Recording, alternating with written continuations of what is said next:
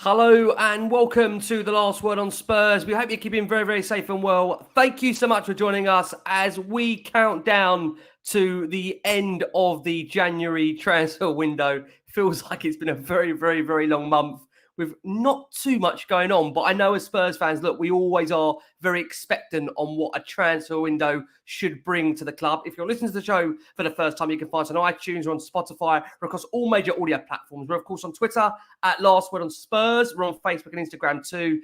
And joining me once again, my co-host for this Last Word on Spurs transfer special. I'm joined by the brilliant Matty Hayes. Matt, how are you, mate? I'm all good. As always, a pleasure to be down here with you and chatting transfers with Lyall again. We're back in more familiar surroundings this time. I went to try to see if I could find Højbjerg in Denmark or Kulusevski in Sweden, but unfortunately they were nowhere to be seen. So I'm back at home. Looking forward to another fantastic show. To be fair, Matty, you have been quite literally racking up the mileage for us and when you've been doing these shows. But I'm from Copenhagen. We'll wait to see where you are for tomorrow. Joining Matty and myself, delighted to have been back on Last Word on Spurs. Probably always brings us back down to earth fairly clearly. We've got the brilliant Sky Sports News editor, journalist, the brilliant Lyall Thomas back on Last Word on Spurs. Lyall, how are you, mate? You well? Not too bad, thank you. Not too bad, yeah. A bit tired, a bit jaded after a very long month. But we're getting there. Only a couple of days and a bit more left. So, I've got a cheek saying it's been a long month for us. You must be knackered as well, right? I bet when it comes to an end of a window, I bet you can't wait for the break as well, right? Yeah. Well, yeah.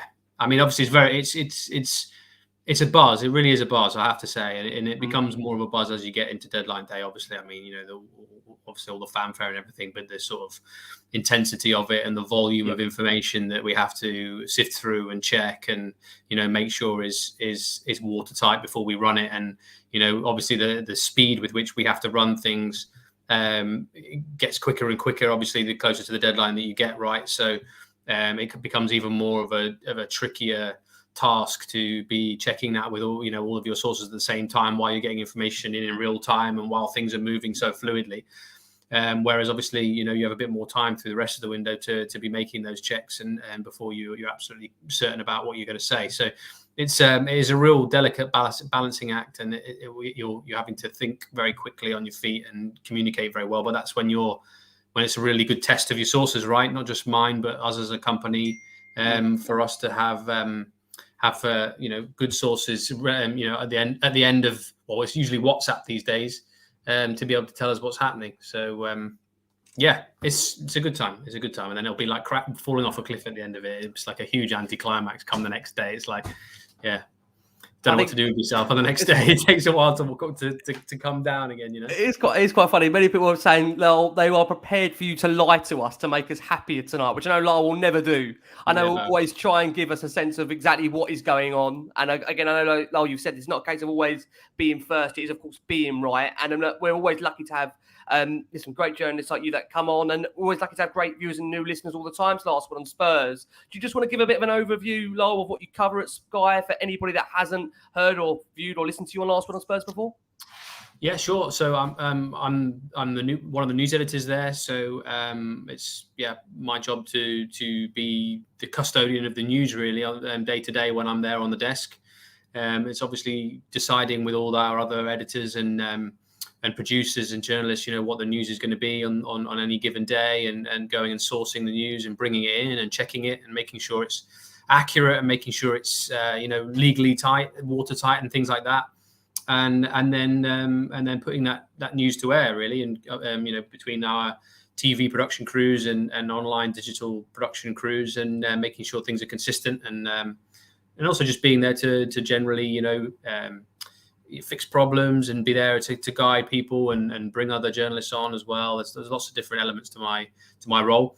During the transfer window, though, I'm the sort of the transfer window coordinator. So it's coordinating all of our news gathering on transfers for every club, for every country, every club that we might be focusing on, and looking to pull together all the information really that our brilliant group of reporters bring together. It's really a really nice thing to see during the transfer windows how we work, actually, because it's a real team effort and everybody comes together really, really well and shares information. And you'll see our reporters, there'll be a lot of most stories are worked on by at least 2 reporters most of the time, if not more, pulling together information from different sources to make sure that we're hopefully the most accurate and trusted news source for transfers out there. That's what we hope to be. It's what we've always strived to be. I like to think we are. So yeah, that's what my role is during the transfer window. That's why it's like I say, very intensive, and it's not just about Spurs. Although obviously, I've done a lot of reporting on Spurs over the years, and like I said, it's my contacts are usually good when it comes to Tottenham. So I play a particular role in getting Spurs right for Sky Sports News during the transfer window and beyond as well. So that's kind of my role at the moment. I mean, what always screams out to us in the comments is there from Michael, brutally honest. And I think you always are on last one on Spurs. You'll shoot things down very quickly if they're not what they are. And I think there's been several times in the last 6-7 years that I've known you, Lyall, which you have very quickly just said, look, it's not worth your time. It's not worth your energy investigating it. Just leave it where it is. And I think due to the nature of Spurs as a football club and where we are and the direction we're going in, I just think there is an expectation that when these windows come up, that Spurs should always do more business, and eventually they do end up doing. And sometimes I say this, like, listen, we love having you on, and that frustration sometimes from viewers and listeners, sometimes it's taken out on the wonderful journalists we have, because people can't quite believe that that's all we're going to do, or that's all we're looking at right now. And I think, again, with Tottenham, what we've seen is we're 29 days into a window.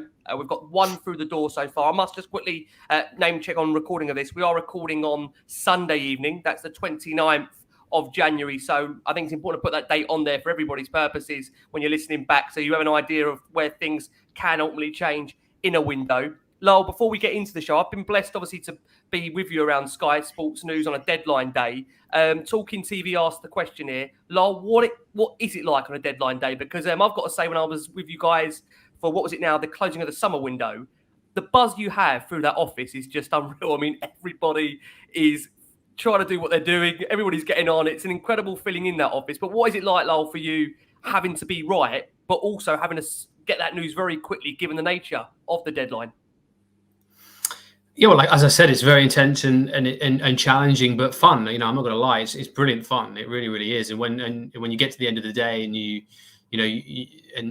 lucky enough to be seeing us, covering some really exciting transfer stories and the twists and turns. And, obviously you can't predict what kind of twists and turns are going to come. They're inevitable. There's so much uncertainty that's still there with transfers. So many things that can happen. You're really at the whim of what the players want, right? And do they want to go somewhere? Do they not want to go somewhere? Do they want to go somewhere else? Are they waiting for another club to come in? There's all that kind of thing going on, and there's usually something dramatic, at least one really dramatic twist on a deadline day. But what's it like? It's like a whirlwind. It really is. It's probably the longest working day of my year. So I'm getting up very, very early in the morning, reading and answering the floods of messages that I'll get from sources from all over the football world, really. Agents, players, coaches, chief executives, chairmen, owners, everyone really, and it will be carrying on the sort of the questions I was asking the night before, really, and see what answers are there in the morning. So it's really picking up the phone again and calling everybody else that you've sort of got to hand that is working on a transfer, hopefully that's ongoing, and finding out what the latest is. Is it going to happen? Is it not going to happen? And then once you get an idea, so obviously not just me, this is all me and our team of reporters at Sky Sports News. We sort of set a plan in motion for the day, really. This is what we think is going to happen, and you've got reporters who have got are strong in different areas with different clubs, so they'll get to work on finding out what's happening on that day, and then obviously we'll be looking to cover it in real time while it's happening. So my job, like I said, as a transfer coordinator, is to pull that all together. Is to make sure I'm in constant communication, not just with my own sources, but with all the reporters that we've got and all the other journalists that are working to bring information in, right? To find out what they know and what they're hearing, and pull it all together to build a picture of what's going on. But it's also my role as well, especially now as a news editor, to be trying to get as much picture as well as we can of what's going on. So trying to find out where players are. Are they at their hotels? Are they at medical facilities? Are they at training grounds? Are they, are they at airports landing? it's trying to get that information as well, so we can actually get out as much as we can to actually to show where these players are. I mean, we had a great success on deadline day last time with getting Pierre-Emerick Aubameyang outside his doing his medical. So we've had some good wins in that we would say in that way before, and hopefully we can get one or two in the next couple of days as well, as to be able to show you where these players are and what's happening. No pressure. I hope you're very, very busy, whether it's you or one of your esteemed colleagues, Paul Gilmore, busy outside Hotspur Way all day, all night, and we'll have to forgive Paul and get him wherever he needs to stay there for the day, for the evening in Enfield. Lyall, look, I know many want us to open up the floor with regards to transfers. We are going to come on to transfers, but let's just start from towards the top of the football club, and that's in relation to Antonio Conte. Now, we're a week on from the interview that, again, you kind of very kindly commented on with last week on Spurs on a tweet with relation to the interview with Damasio, where originally the article, well, it suggested that Conte was going to definitely be leaving at the end of the season. Now, we got an amendment to that article, as we know, 4 or 5 hours later after that, where essentially we heard that contract talks were on standby now and maybe would be revisited at the end of the season. So I'm just really keen to understand from you, Lyall, where we do stand on Antonio Conte's future and whether you do believe he will be the Spurs manager come the start of next season. Well, yeah, that was an interesting few days, wasn't it, really? I think it was this time last week, wasn't it? Last weekend, I think that... last Sunday, yep. That emerged. I woke up to sort of reading what everybody else was reading, which was what Gianluca Damasio had allegedly said.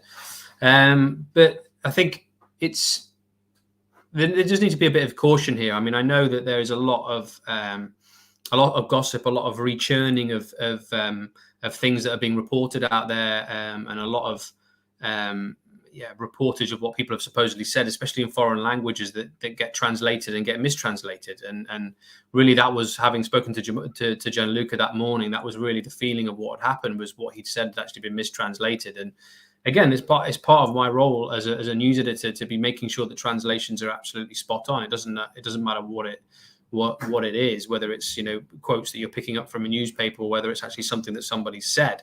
It's part of a responsible journalist's job, and not just to be using Google Translate for something and putting it out there, because even though Google Translate is obviously a very modern, successful tool in translating, it doesn't pick up necessarily the nuances of language and what people mean behind what they say, and that's very important, I think. So it's very easy for things to get slightly twisted, for that, paraphrasing, as we say, things to be paraphrased, and actually, the more times that they're repeated, they get slightly changed. So I think I think Damasio, he clarified it himself, and obviously I put out a clarification on his behalf as well, that it was just his prediction based on the situation, based on his reading of the situation and how things were at Spurs, that he didn't think or doesn't think that Conte will continue next season, but that doesn't mean for sure that he won't. There's still obviously a lot to happen between now and then. It's obviously been a difficult period, I think, for him personally, with some personal losses that he's gone through, and it's been a difficult period in terms of the team. He's obviously away from his family. There's lots of elements to it, so it's not just an exact science to say, well, this is what's going to happen and this is what's not going to happen. I don't think we're at that stage yet. I think that's obviously something that will come at the end of the season, when he will sit down with the Tottenham board and with Daniel Levy and Fabio probably, and discuss what the best way forward is. And there's a lot to happen between now and then. The Spurs are fighting across 3 fronts.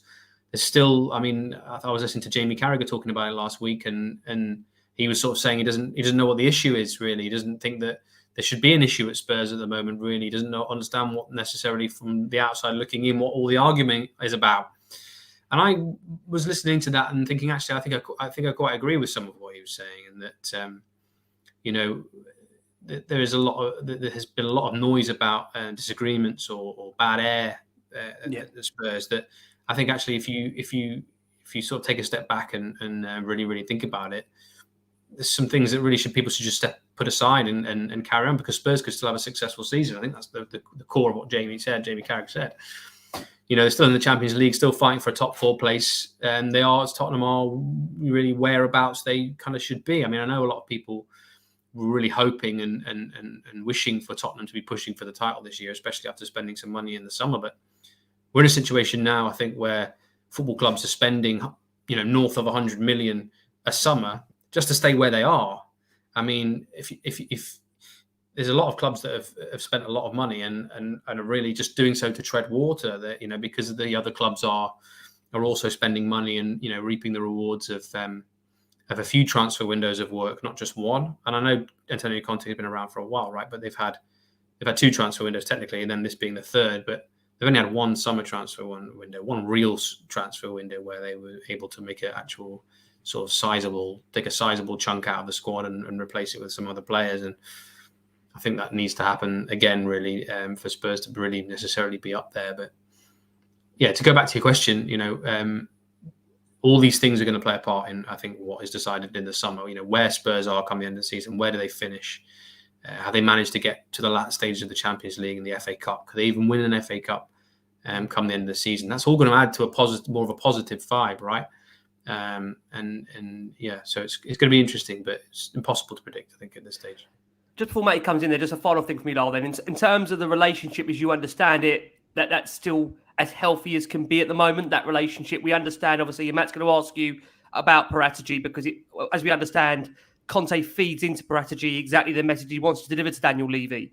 So just so we're clear before Matt asks you about that, from your perspective, the relationship there's no concerns at this immediate moment because obviously it felt like there was a contract on the table to be signed, ideally during that pre-World Cup period. And given the nature of Spurs' form before this recent uplift, there were suggestions that contract was no longer on the table. Do you understand if there's still a contract on the table for Conte to sign, to extend to the club, if there would have been before this pre-World Cup break and that's been taken away now?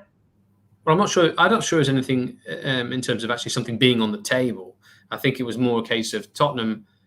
I mean, from Tottenham's point of view, things are a bit unsettled. And I think that actually everything would be better if things had settled down. And the best way for that to happen is for Conte to confirm his long-term future, right? Absolutely. To sign a long-term contract, to commit himself to Spurs for a long-term period. That would logically settle everything down. So, the fact that he's not doing that is obviously going to create a certain amount of uncertainty and keeping the ship a little bit unsteady.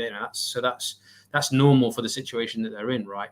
In terms of the relationship, obviously I think the relationship would be improved if he did sign a long-term contract now and did settle things down and commit for a few years. But the information that came from Gianluca was that he's not ready to do that yet, and so you have to respect that, right? Everybody has to respect that if he's not ready to sit down and talk about that. As I said, there's a lot that's happened in the last year, I think, for him on a personal level as well as a professional level. So if he's not ready and willing and thinking about, not sure where his long-term future is going to be, then it has to wait. But that doesn't necessarily mean that he's not committed this season. I think that's clear that he is.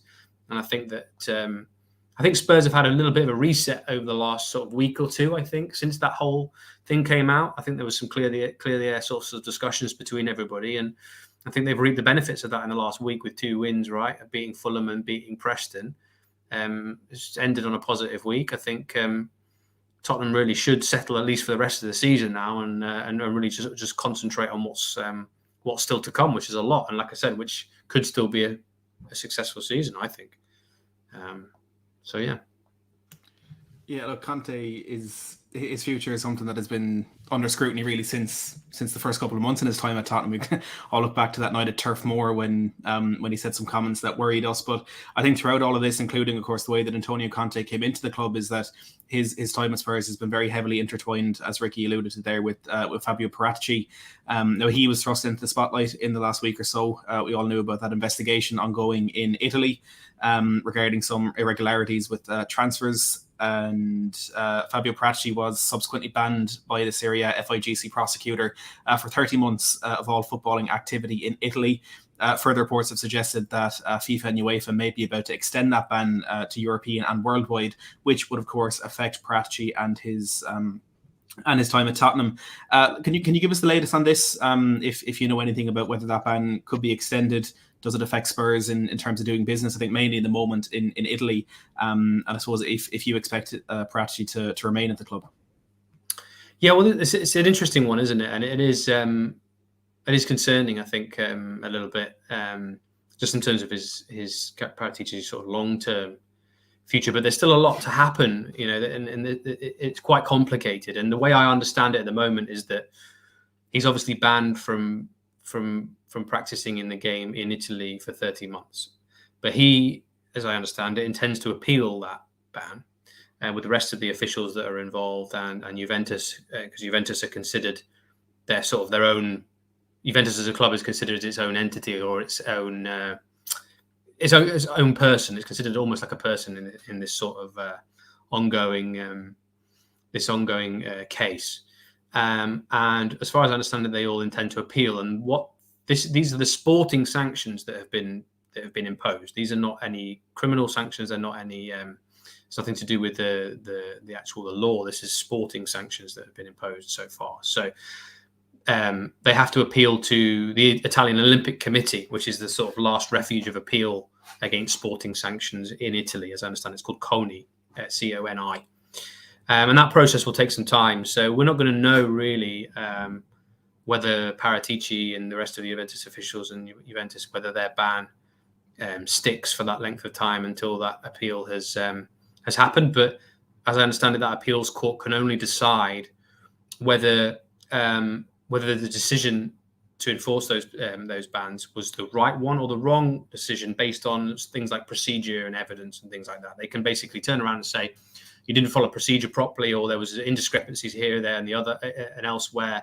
So, yeah, the punishment that you've laid out doesn't stand for now. Go back and do it again. Essentially, is the way I understand the situation. So that's going to take some time.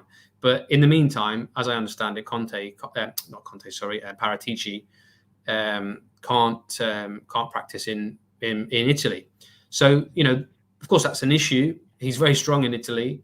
You know, that's where he's from. That's where his best contacts are, obviously, and his relationships are because of the amount of time that he worked there for Juventus. So, you know, it's certainly not ideal, but it doesn't stop him from carrying out his job at the moment for Tottenham. Now, in terms of FIFA and UEFA, what has to happen there is the Italian FA have to contact FIFA and UEFA. And it will be FIFA, I think, that lead on this rather than UEFA. I think UEFA would probably follow FIFA's lead on this, and it will be up to the Italian FA to contact FIFA and to recommend to FIFA that this ban be continued in whichever jurisdiction, whichever national association the said person, whoever that is, obviously in this case Paratici, is working under. And I don't think the Italian FA are going to do that until this appeals process has gone through. So I think obviously it's a waiting game really to see how serious this may be or not. That's how I understand it at the moment. It's not, you know, we're not going to really know the full extent of this, I don't think, until, well, for a while yet, for a few more months at least, I would have thought. So there's a lot to play out. Very, very complicated situation. Obviously, Paratici is denied any wrongdoing at any time, as have all the Juventus officials who are involved. They've all, you know, denied that they've done anything wrong. So there's a lot to still play out in that. But you know, it's a concern, as I understand it. You know, Tottenham were always, I think, aware of this process that has been ongoing. They've always been aware of it. I think the ban and the length of the ban, and I think that the punishments were served out, I think caught everybody by surprise a little bit. I mean, I don't think Juventus expected to have such a points deduction.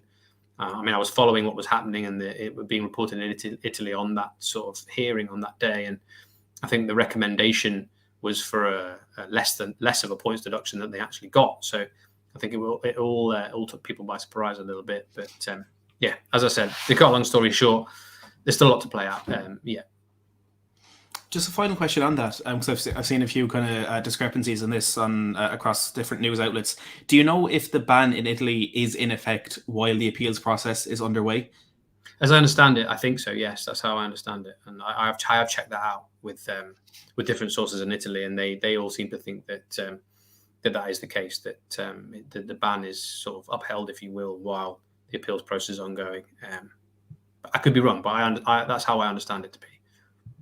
Yeah, I was thinking that would be the case, which is more bad news, but just adds to the uncertainty and to the doubt over Tottenham's future. Well, what should also be said, though, is that Fabio's not the only person that can negotiate on behalf of Tottenham. I mean, Daniel Levy, the chairman, can do that. Rebecca Capehorn can do that. There are intermediaries that can do that. I don't know whether to cheer us up, Lyall. That's not your fault. But when people just heard that, they thought when you said Daniel could also do the deals, I could just hear a massive groan, an audible groan, not from you, but from the audience that are viewing, listening, and watching this, thinking, "Oh my god!" But I mean, make that before Matt comes in about Porro, just to be very clear on that, Lyall. I mean, from your understanding, then Paratici has still been operating as per normal, obviously, apart from Italy, with agents during this window, as if obviously going on about his business still without any issues apart from Italy, right? Well, he's only banned in Italy, so he can carry on working in any other country. Yeah. Perfect. Well, look, let's move on to transfers. It's on everybody's lips at the moment, and Tottenham do look set to finally, and I emphasise the word finally, complete their second signing in the January transfer window after reaching a full agreement with Sporting to sign right back Pedro Porro, who made his final appearance for the club last night in their cup final defeat to Porto. This is one that has dragged on for quite a while, Lyall, with Tottenham locked in negotiations with Sporting for over a month. To be honest, he looks set to sign a 5-year deal after saying goodbye to the fans after that game. And the good news, I suppose, that he was keen on this move. Kind of from the beginning of all this, we were hearing that he did want to make this move to Tottenham. There's been a few different reports on how much the fee actually is. There's some saying that it was a release clause that was triggered, some saying that release clause wasn't actually coming into effect until the summer. So I suppose a two-part question. Do you know how much that fee actually was? And secondly, when do you expect this one to be announced so the Spurs fans can turn off those notifications? Well, I mean, there's still a bit of work to do on this. I'm still waiting for final confirmation that this is done and that his medical's booked in and everything like that. So I think there was some progress yesterday and this morning, and I think there seems to be more of a willingness on all sides for this deal to be done than perhaps there was 48 hours ago. I mean, it's been a very frustrating time, I think, for everybody involved. It's become frustrating for me to listen to what's been going on, and never mind the people involved in the negotiations. I actually have a degree of sentiment for the people that have been involved, really, because it has dragged on. And I know Tottenham have been frustrated with Sporting, and a lot of the sentiment that's been coming through to me really is that Sporting have been potentially, well, I think overly difficult with it, really, actually. And it all ties into the fact that they just wanted to keep the player. I mean, he's obviously great for them. He's a fantastic player, and he's had a good season. And you touched on earlier, why Porro's coming in, now and didn't come in the summer. He's had a great first half of the season. He's really developed very quickly. So, that's why Spurs want to sign him now. He was impressive against them in the Champions League. So yeah, listen, as I said, a willingness on all sides, I think, to finally get this done. But we're still waiting for final confirmation that this has all been wrapped up. So I'm still waiting to hear that I've not had the message to say deal done yet. I've not had the message to say medical's booked in yet. I know they want to do it, and they'll be making those medical plans to be able to be in position to get it done quickly. But as I said, this stage is a really fluid situation. So I'm just sort of waiting for that. For the relief message, everything's fine and he's coming in. I'm still waiting for that at the moment. We've seen it even, Lyall, when medicals have been booked in, when arguably players have actually even been holding a shirt. You still shouldn't take it for granted until you actually have got that registration. We've seen that this week, most certainly. But I think the question maybe for some, Lyall, is that why and how have the goalposts been moved? I mean, again, listen, I know from your end you're still waiting for the final green light on it, but there've been many screaming thinking there's a release clause of a player.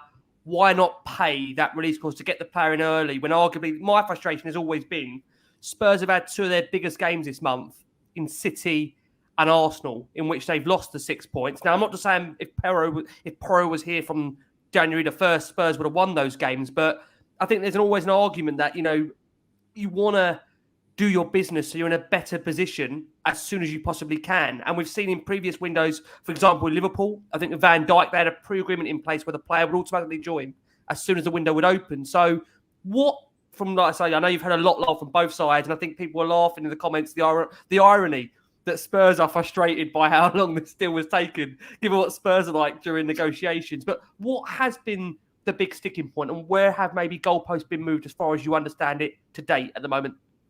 Well, listen, there is a general narrative around Spurs, isn't there, that they are frustrating to deal with themselves. And obviously Spurs fans can get very frustrated about the way that Tottenham potentially do business, right? But that's not to rule out that other clubs can't be equally as frustrating. So I think if it be given, Spurs be given a certain amount of slack.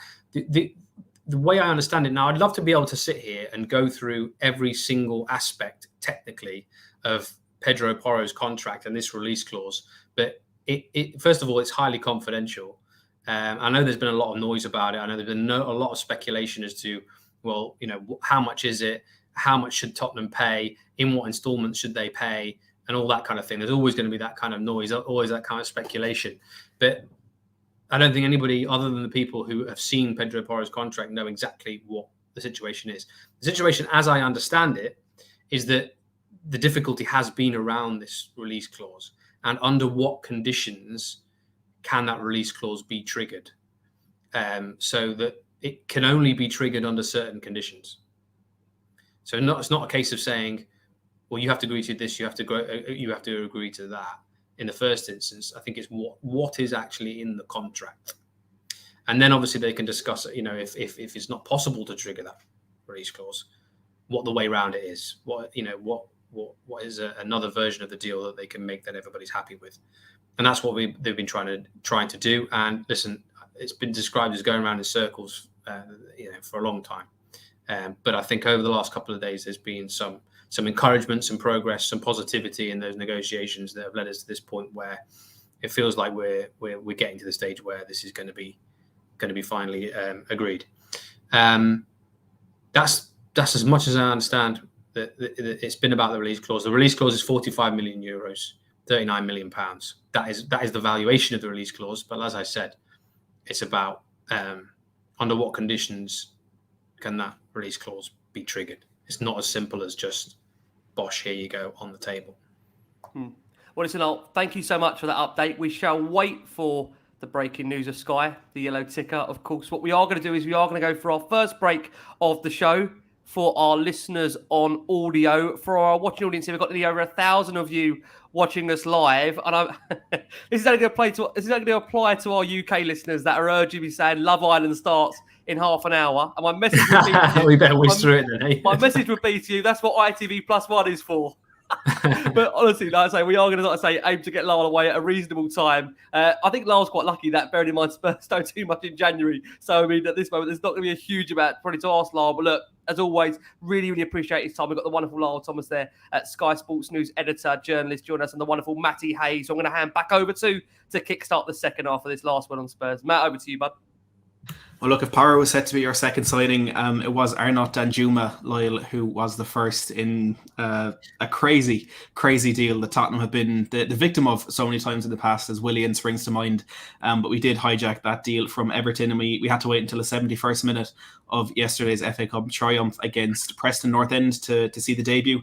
He came on taking Perisic's position in the centre of that front three after Sessegnon was taken off, and he marked his debut with a goal. The first Tottenham player to do that since Stephen Bergwijn. I was actually looking at a list of Tottenham players who've scored on their debut, and I kind of wish Danjuma hadn't, but look, I digress. Look, Conte is a man, of course, who always wants that immediate impact, and he's a player that we're hearing that Danjuma is a player that Conte really, really wanted. With some big games left in Tottenham season, like you mentioned earlier, fighting on all three fronts, with a big game against Manchester City coming next week, this could prove to be a key signing. I suppose, first of all, from your point of view, do you know if this was a Conte or a club signing, which is a question I think Tottenham fans ask with every transfer? And is there any insight you could offer us into how this deal actually happened for Spurs? Well, as I understand it, he was on the list of agreed targets at the beginning of the window for those positions. Obviously, we said, didn't we, in the podcast we had on the 28th? I think it was the 28th when we spoke that the priority was obviously to get another forward in, which is obviously something they were looking to do at the end of the summer as well, and to get another right wing back in to get Porro in. So yeah, he was on the list of agreed targets. The way I understand it is that it seemed like Tottenham moved quite quickly for Danjuma, I think, after they realised that Zaniolo was going to be too difficult to do. That's my understanding of it, that they'd obviously made an offer to, I think it was a verbal offer to Roma to try and get Zaniolo, but they couldn't agree on the conditions, I think, of making that permanent in the summer. Obviously, Tottenham will always try and put performance incentive triggers on there before making that permanent, rather than just a simple, straightforward obligation, regardless of how he does. I mean, Zaniolo is a talented player, but he's had some injury problems over the last few years. His form's been up and down. He's still young. He's still potentially got a good career ahead of him, and a very talented lad. But I think before you want to commit a lot of money to signing someone like Zaniolo, I think you want to see him in action a little bit first and get a little bit more of a reassurance that he's going to fulfill that potential before you do it. So I think the Danjuma deal makes sense because they've obviously got him on loan under the conditions that they want. And again, a player who's got something to prove, I think, in the Premier League after his sort of limited exposure over here before. Has done well at Villarreal. Another talented guy, another talented player who if his application's there, could be a really good player, I think, and gives Tottenham that sort of that extra option and strength in depth, I think, for the rest of the season when they're going to be, like I said, fighting across three different competitions. I don't think Bryan Gil was quite there. It was quite that. I know Conte was obviously trying him and saw some potential in him, but I don't think he's quite there. I think Bryan Gil, I don't think he's been difficult for him, I think, since he wasn't able to get out in the summer, because I think he really wanted to go back to Spain and get back to playing regularly for a while and get himself in a good place again. And so I think it makes sense to bring him in, and I think maybe Bryan Gil will go on loan finally before the end. Good to see him mark his debut with a goal. Yeah, for sure, Danjuma. Nice little finish. Not sure if he definitely meant to put it in that corner. I couldn't quite tell. You guys maybe have a theory. It looked like he was going for the other corner, and it kind of spooned off his foot into the other corner. But hey, you'll take a goal, won't you, on your debut, however it goes in. Absolutely. We're not going to question it. No, we're not going to question it. We're not. Lyall, thank you so much then. So in relation to Bryan Gil, then we'll see what happens. You've answered really where we are with Nicolo Zaniolo. So your understanding, of course, is once Spurs found that deal to be too difficult to do, they turned their attention to Danjuma. So it was interesting because we were following the Danjuma one quite closely, and everybody thought he was going to Everton, right? And he was going to Everton, but there's a sort of a whole sequence of events. I mean, this sort of goes into the excitement of the transfer window and how things can change, because all signs pointed to him going to Everton, and Everton sacked their manager, and we understand that Frank Lampard was actually quite influential in bringing Danjuma into Everton, and of course he wasn't there anymore. So I think the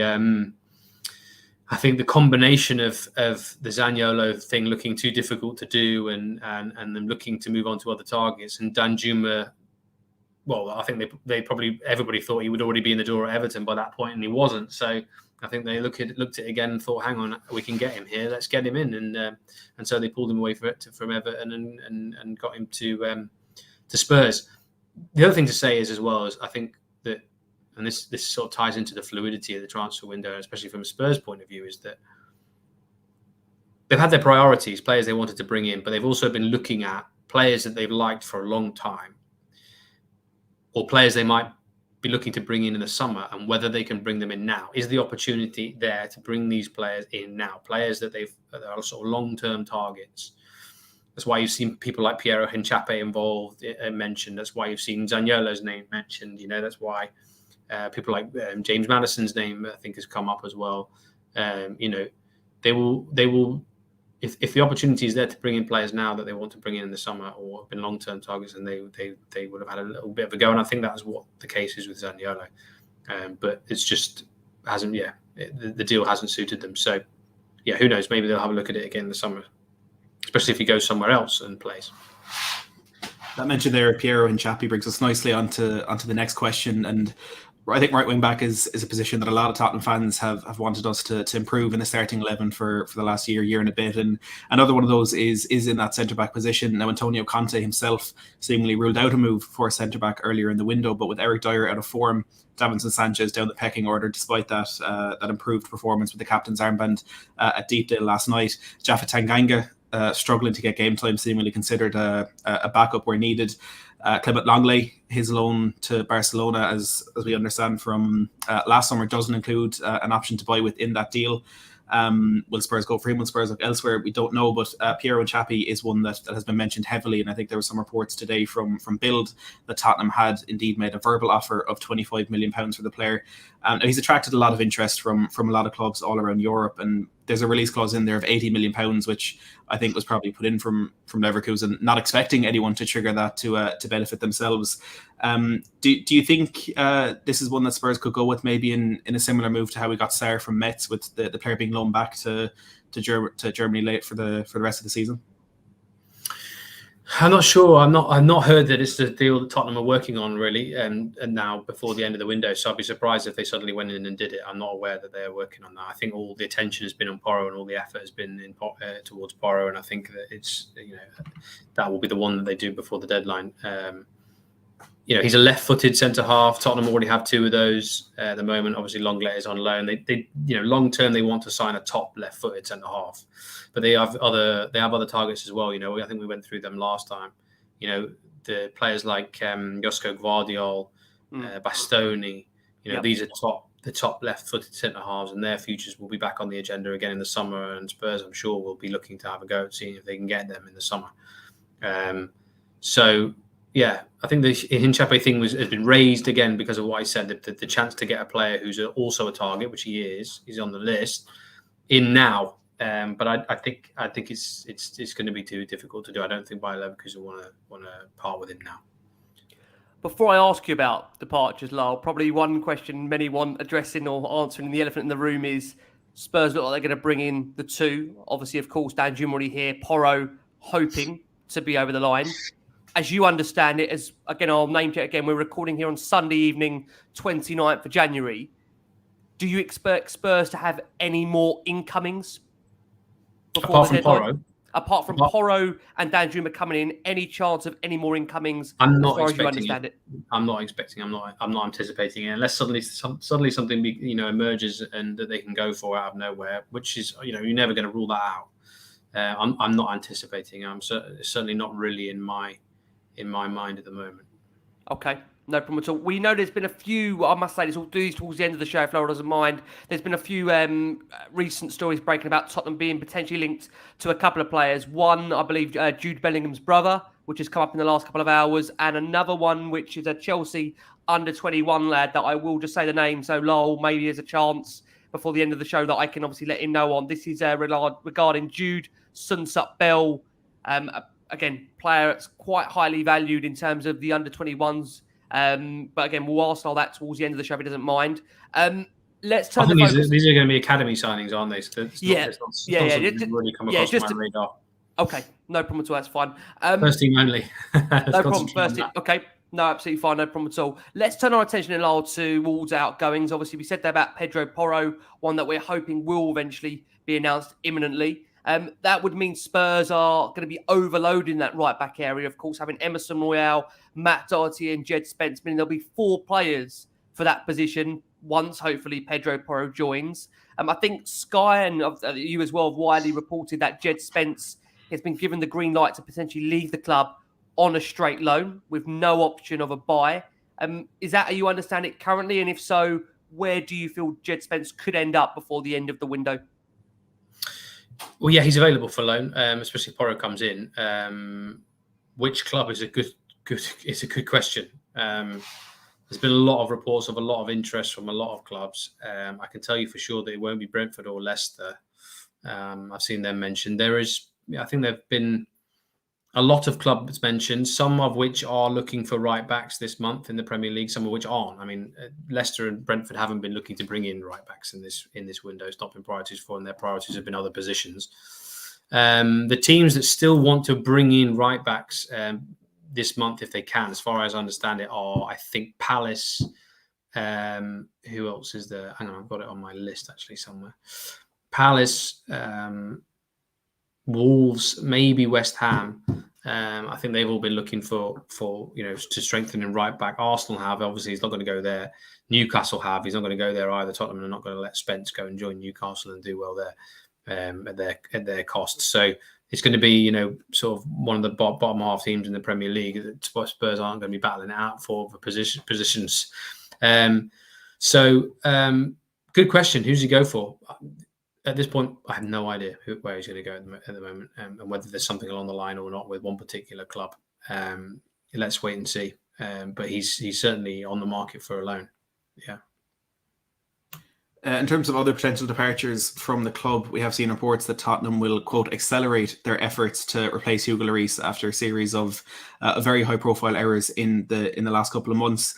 Brentford's David Raya and Brighton's Robert Sanchez, both of whom excel in possession, on the quite opposite side of the spectrum to Hugo Lloris. They're also options.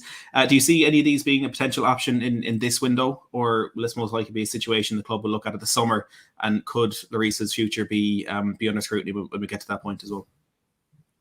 Yeah, well, this is a summer thing, isn't it? I think we talked about this last time, didn't we? We talked about the goalkeeper situation. I think I said that it is obviously time for Spurs generally long term to find their new Hugo Lloris. It's not something they're going to do before the end of the window, but yeah, come the summertime. I mean, you mentioned a few names there, and there's a lot of players that they still need to watch develop, I think, for the next 6 months. I think David Raya would be a good fit. I think Tottenham should really, if it was up to me, which it obviously isn't, but if it was up to me, I would have a real good go at getting David Raya. He's a very, very good goalkeeper. I think with a good long-term future. He's the right kind of player, great with the ball at his feet. Certainly, if you want to play out from the back, I think he's ideal. Great shot stopper. I think statistically, he's either the best performing goalkeeper or certainly one of them in the league this year. And definitely a huge part of the reason that Brentford are doing as well as they are. Brentford very, very good at picking players, very, very good at talent spotting, very, very good at developing players. So if you want to look for good up and coming players that are still young, and that's what Tottenham predominantly shop for, then Brentford's a great place to look. So yeah, but to answer your question, it's a summer thing, yeah, for sure, the goalkeeper situation. Moving into the middle of the park and to Pape Matar Sarr, I think a lot of Spurs fans are scratching their heads wondering how we go from Sarr starting an extremely important North London derby to a couple of weeks later not even making a 20-man squad for an FA Cup tie at Preston. There had been some rumours that Salernitana in Italy had been interested in a loan move for Sarr. Some other reports saying that Conte got to work a lot with Sarr over the World Cup break and became a real big fan of the player. He joined, a year and a half ago at this point when Nuno Espirito Santo was in charge, but 18 months on, still struggling for first team football at Tottenham. Do you expect to see Sarr potentially leave on loan in this window? Yeah, I think that could happen. It was obviously a bit of a giveaway, I think, that he wasn't in the squad. I think he's also had Genoa and who's the other club? Espanyol, I think, as well, I'd heard. We're also looking at trying to bring him in on loan. I'm not sure if all those three clubs are still there at the table or whether it'll be one of them. Again, that's something that we need to find out over the next few days, really, where he's going to go. But those three clubs have definitely been interested. I think from Tottenham's point of view, and I think from his point of view as well, he's been quite keen to stay in the Premier League.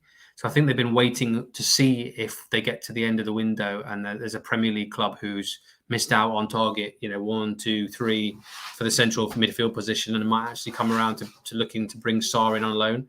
I don't know factually whether there is a club that have reached that point yet. Again, I could go through my spreadsheet of which clubs are still looking for central midfielders, looking for players like that. I mean, Palace are looking for players like that, but I think they're still hoping to bring in the guy from Stuttgart, Hamada. So yeah, I'm just speculating now at this point about where he could potentially go. But I think Conte does like him, and so I think if you're thinking about his long-term future and whether he has one at Spurs, I think so. But he needs to keep on playing. So if he's not going to play regularly at Spurs, then now Bentancur's back fit and Bissouma again, I think looked decent. I think in that Preston game and Højbjerg and Skipper both fit. Then Sarr finds it a bit more difficult, doesn't he, to get regular games. So I think another loan move would suit him at this point.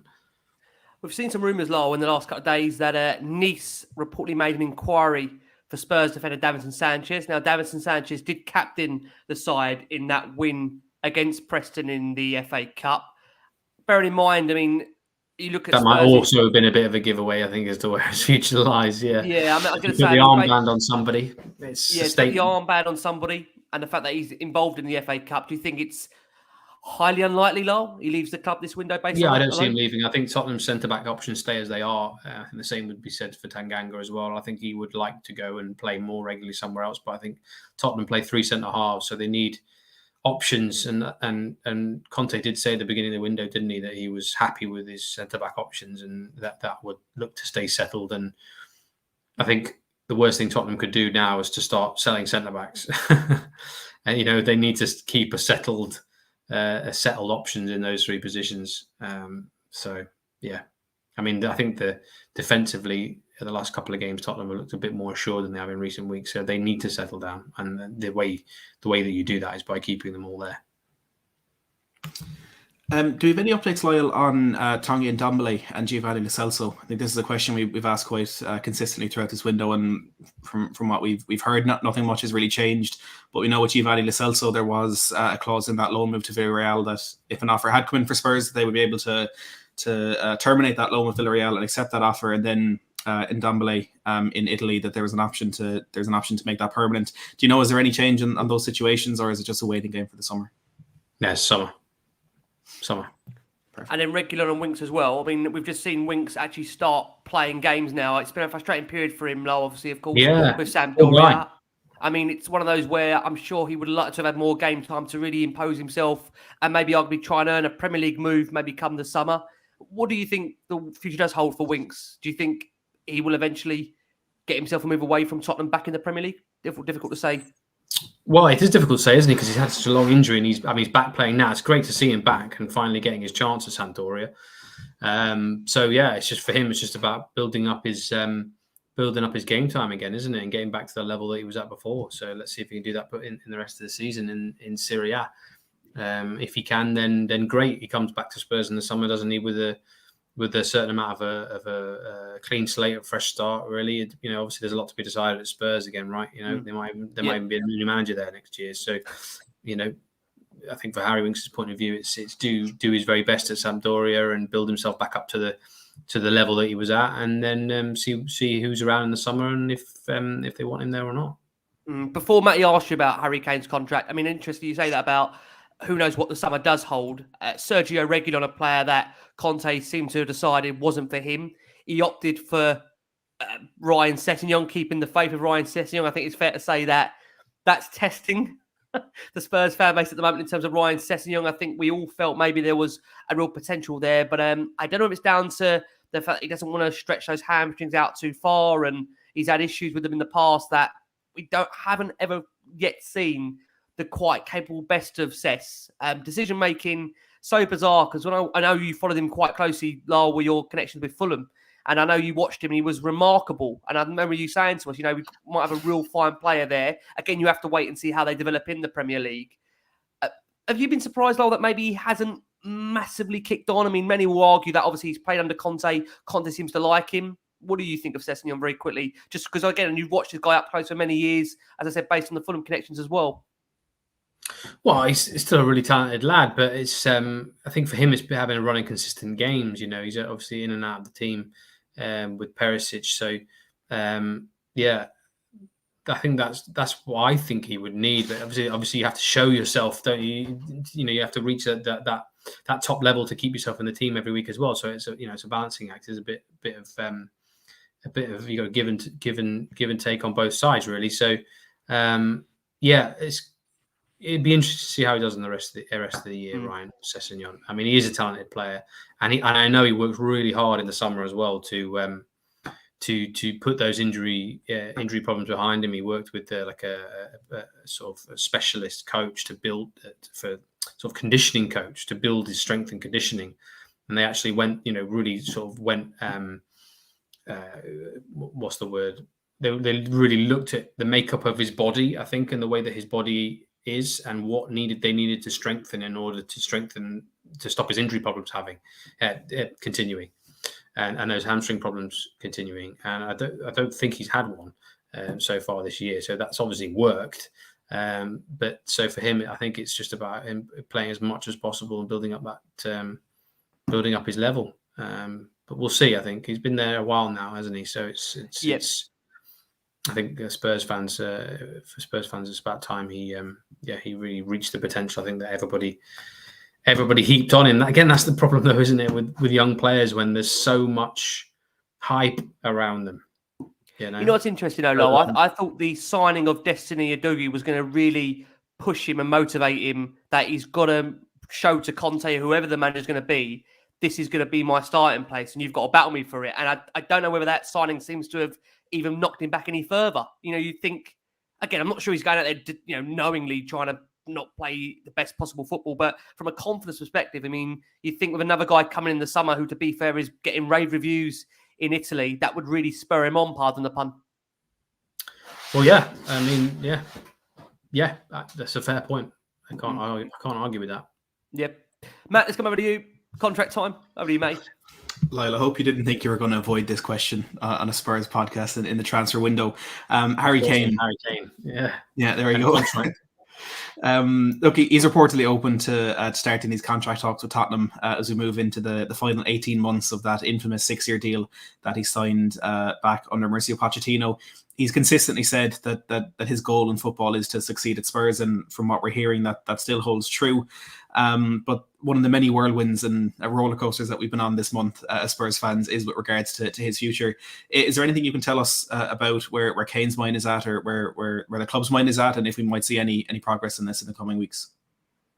Well, I think those reports were accurate about him. There's a willingness certainly there to sit down and talk about it. Yeah, I definitely don't think we're in a situation where he doesn't want to, and that's not something that he's thinking about. But it ties into performance, doesn't it? It ties into, I think, a lot about Antonio Conte and him settling things down as well, or at least who's going to be the manager next year.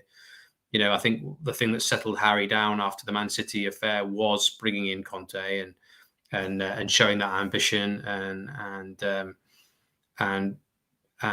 setting some high targets for the team. I mean, last summer was quite interesting because the message that I was getting is that Tottenham were telling players, telling agents, telling even prospective staff who would come in and work at the club in higher roles, what their sort of plan is, and that they see the potential for City and this is the time, City and Liverpool to hit a sort of the need for a transitional season again. I think Liverpool are hitting that already, and obviously, even though Guardiola has now committed his future to City again, I think they've seen an opportunity to try and make themselves the top team in sort of 2-3 years. So if that's still the target, then that's great.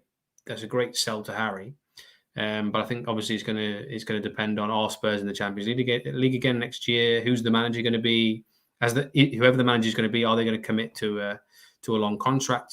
So there's clearly a lot to talk about, and I'm sure Harry will be seeking some assurances from Spurs that they have some settled plans. Because obviously Harry Kane has made no secret about wanting to win top silverware, and he's getting on a bit now, isn't he? And so he's probably thinking about where's the best place going to do that before he hangs up his boots in or whenever that could be, 5 years, 6 years time. So yeah, but I don't think there's any necessarily negative headlines going on at the moment with that. I think there is a willingness, as I understand it, from all sides to sit down and talk about it and hopefully progress something as the season goes on. But it's all going to depend on Conte and depend on Tottenham's performance, I think, in the league and in the cups. Well, that's that weekly reassurance that I need at this point on the future of Harry Kane. Glad to oblige. Just one last question for you, Lyall. We'll make it a bit of a two-parter. This is the stage where I usually ask the question: how many more incomings do you think we'll see at Spurs? Like, great fun with Dermot Sheth, your wonderful colleague on Wednesday, watching him squirm as he tried to get the answer out for that. But you've already said your piece on that. So a bit of a two-parter. How many outgoings do you think we might see from Spurs over the next, two and a bit days? And what are your expectations for Tottenham in the season ahead with the business we have got done in this window? Very good questions, especially the expectations, because it can really go either way, can't it? I think.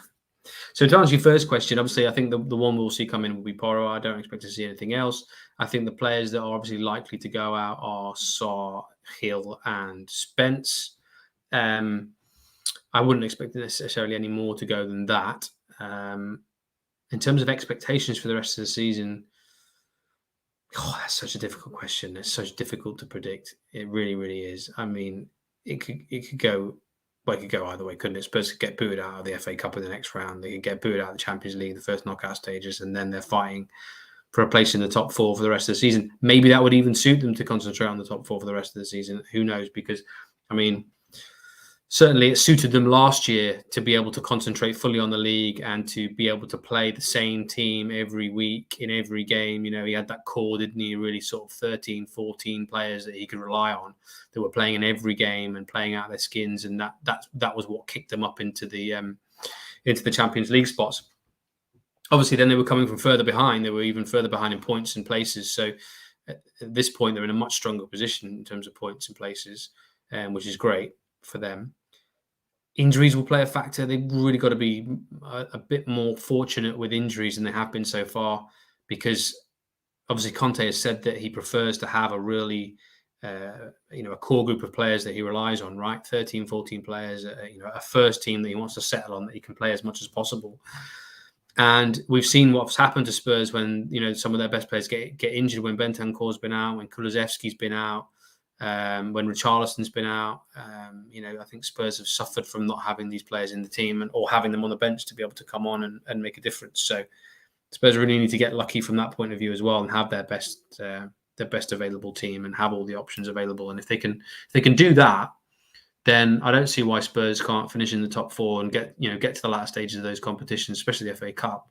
An FA Cup final, a Champions League quarter final, and 11 Premier League sides go out. We've seen 11 Premier League sides go out of the FA Cup. What an opportunity! Exactly. What an opportunity! But that's potential banana skin as well, isn't it? You can get a bit. You can allow a bit of hubris to get the better of you, I think, in the FA Cup sometimes. So Spurs need to make sure that doesn't happen. It's no good thinking, well, quite a lot of the Premier League teams are out, so we might be in business here. That's not the right attitude to have, because, any team can slip up in the FA Cup. But Spurs are a cup team, right? Traditionally, I think if Spurs get to the FA Cup final, I think Tottenham fans we have reasons to be very happy. And certainly, if Conte finishes the season with a trophy in his hands, then things will. That's a completely different looking season to the one that's been looking like for the last few months, right? Absolutely. I mean, the guys, go on, mate, go for it. I found myself getting excited today. AC Milan lost 5-2 at home to relegation candidate Sassuolo. So as far as I'm concerned, the treble is on, but while a bit more level-headed. You know what? But this is the thing. I mean, with Conte, I've got to say, he's got to an FA Cup final. I think 2 in his last 3 domestic seasons in England. This is a guy that's won 5 of the last 8 titles available to him. And despite, as you said, at the very top of the show, that maybe the negativity and uncertainty around the club, there is still a lot of positive stuff to happen. We've got the Champions League, as Matty just said, against AC Milan. We've got the FA Cup draw, which we're going to find out Monday. Hopefully that's a kind draw. But as Lyall politely points out there, no draw is an easy draw. And we have seen Spurs, of course, go out of the FA Cup only last season to lower league opposition. So never easy. I think, Lyall, look, mate, it's been an absolute pleasure having you back on. You'll be pleased to know the interrogation is over until we do it again in the summer. As you know, mate, it's like I say, I've known you for the last 7 or 8 years. You've always been a diamond coming on to Last One on Spurs. And I appreciate it. Really appreciate it. Lyall, finally, mate, where can everybody find you across the socials? Where should they be tuning into you? Sky Sports, tell us everything. Did that work? Yeah, here we go. It does work. You can find me on Twitter. Twitter. I put all my stories on there, and obviously share a lot of the good stories that we do as well. The Sky Sports News on there. Sky Sports News Channel 409, SkySports.com, mobile app, tablet app. It's all there. Transfer Centre is where most of our information goes. So that's really the digital hub of the transfer stuff over the next few days, is to get yourself into that Transfer Centre, into the live blog there. That will have everything in it.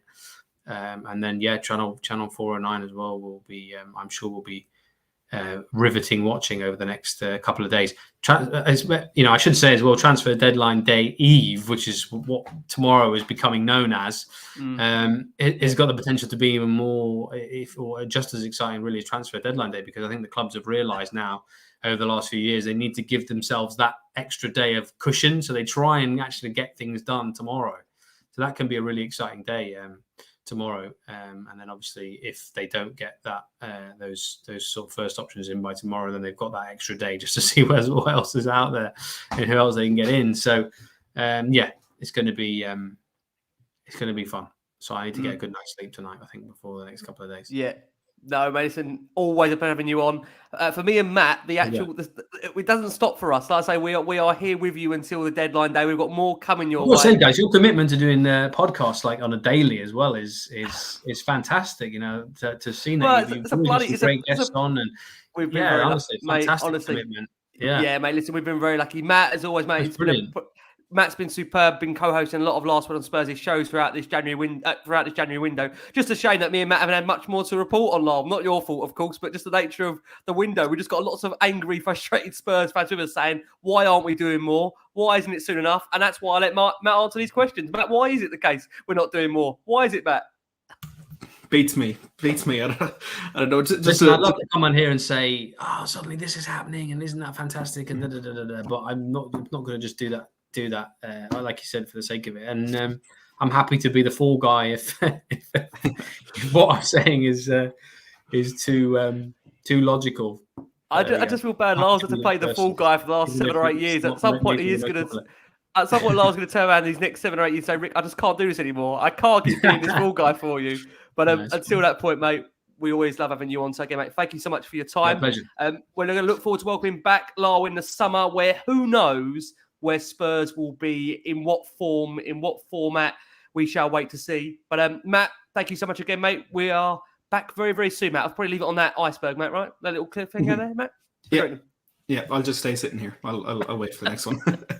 Well, I'll say from myself, from Matty, from Lyall, guys, keep safe, keep well as we enter. As Lyall says there, deadline day eve. But from all of us, keep safe, keep well, and as always, come on, you Spurs.